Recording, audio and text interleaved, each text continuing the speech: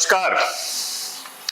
विनायक दामोदर सावरकर, मेरे ख्याल से सबसे ज्यादा बात उन पे होती है और अक्सर टुकड़ों टुकड़ों में वीडियो मिलता है, कभी इस घटना पे कभी उस घटना पे। मैंने भी टुकड़ों टुकड़ों में बहुत सारे वीडियोस बनाए हैं, लेकिन मैंने सोचा कि उनकी एक पूरी जिंदगी आपके सामने पेश करूं, ब्लैक एंड व्हाइट में। नहीं, ब्लैक एंड व्हाइट में नहीं, ऐसे शेड में जिसमें ब्लैक भी हो, व्हाइट भी हो और ब्लैक एंड व्हाइट के बीच का जो धूसर शेड होता है वो शेड भी हो। आप जानते हैं मैंने सावरकर पे किताब लिखी है, रिसर्च किया है। आप शायद ये भी जानते हो कि सावरकर का सारा लिखा जो उन्होंने खुद लिखा है, जिसमें उनकी किताबें भी शामिल हैं और जिसमें उनकी अपनी लिखी आत्मकथा भी शामिल है, वो 10 खंडों में उपलब्ध है। इसके अलावा भी सावरकर पे बहुत सारी किताबें लिखी गई हैं, बहुत सारा रिसर्च हुआ है और इनमें से ज्यादातर मेरे पास तब से है जब मैंने उनके ऊपर रिसर्च करना शुरू किया, उनके ऊपर किताब लिखनी शुरू की। तो इन सब के आधार पर सोचा मैंने ये है कि 7 खंडों में 7 एपिसोड्स में सावरकर की जिंदगी पे बात किया जाए। शुरुआत हो बचपन की, फिर उस किशोरावस्था की जिसमें वो देश की आजादी की लड़ाई में शामिल होते हैं, पुणे जाते हैं पढ़ाई करने के लिए, वहां तिलक से मुलाकात होती है। मुलाकात क्या होती है, तिलक बेहद सीनियर थे और वो स्टूडेंट थे, लेकिन तिलक से प्रभावित होते हैं। फिर बंबई जाते हैं, जिसको आजकल मुंबई कहा जाता है। फिर लॉ की पढ़ाई करने लंदन जाते हैं, लंदन में इंडिया हाउस में रहते हैं।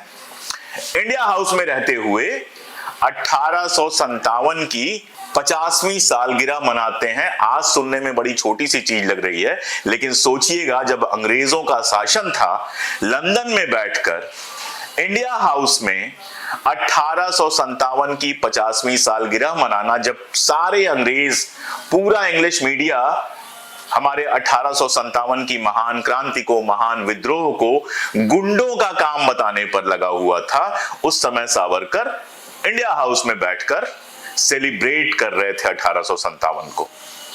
वो घटनाएं, उसके बाद उनकी गिरफ्तारी की आशंका। आखिर ऐसा क्या हुआ कि अंग्रेज उनको गिरफ्तार करना चाहते थे, फिर फ्रांस भाग के जाना, फ्रांस से लौट के लंदन आना।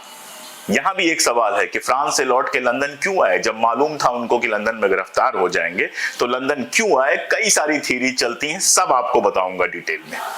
लंदन में गिरफ्तारी और फिर भारत आते हुए पानी के जहाज से कूदकर फ्रांस में घुसने की कोशिश। था ऐसा कुछ कि फ्रांस की जमीन पर जो गिरफ्तार होता उसको इंग्लैंड बिना फ्रेंच गवर्नमेंट की अनुमति के गिरफ्तार नहीं कर सकती थी। तो प्लान ये बना था कि जहाज से कूदकर तट पे चले जाएंगे, फ्रेंच गवर्नमेंट की शरण में चले जाएंगे और गिरफ्तारी से बच जाएंगे।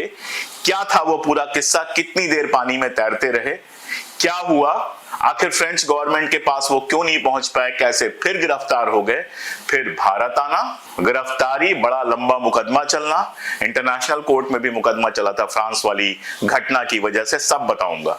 फिर गिरफ्तारी के बाद काला पानी की सजा। ये सच्चाई है कि 2 जन्मों का आजीवन कारावास उनको मिला था। फिर अंडमान में क्या किया उन्होंने, अंडमान जाने के बाद, जेल में जाने के बाद क्या किया, बहुत सारे किस्से सुनाए जाते हैं, तेल पीसने का, ये वो, लेकिन असल में उन्होंने क्या किया वो मैं आपको बताऊंगा, और वो भी सोर्सेज के सहारे।